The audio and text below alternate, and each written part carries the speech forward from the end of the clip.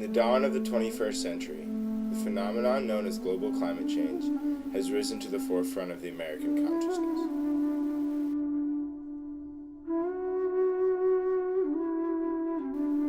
The evidence is clear that Earth is not only suffering from the effects of our industrial society, but fighting back. In the past decade, natural disasters have killed and displaced millions of people.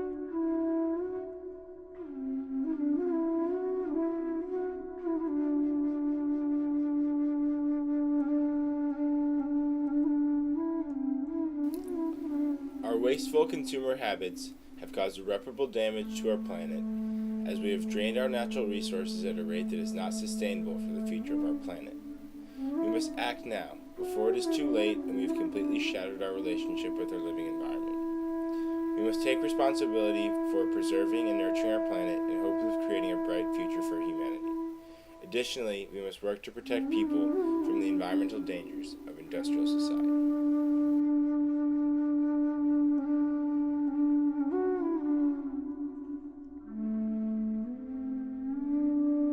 So, environmental injustice includes all of the private and government actions that make our communities unhealthy and not livable. Government action that place toxic land uses in the same area as where people live, and targeting low-income communities and communities of color and immigrant communities for these toxic uses, and not really putting in the proper environmental protections that need to be in place in order to ensure their health and their well-being.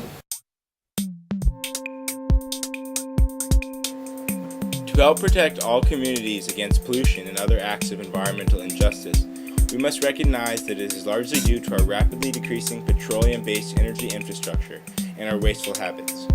Only through a reduction of our carbon footprint can we progress towards environmental justice.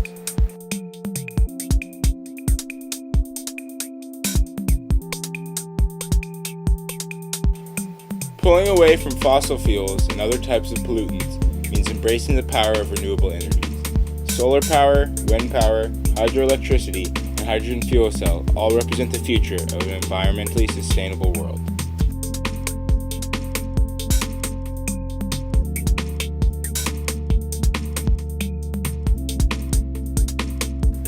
To make this sort of structural transformation, the support of Washington is needed to implement these new energies. Unfortunately, conservative resistance makes it difficult to leave behind the energy industries of times past, and because of this, the struggle continues to progress towards alternative energy.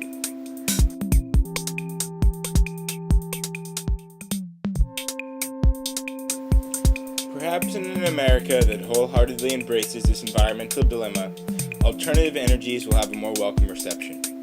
But until that time, the environmental movement must be strengthened to help implant environmental compassion into the minds of the American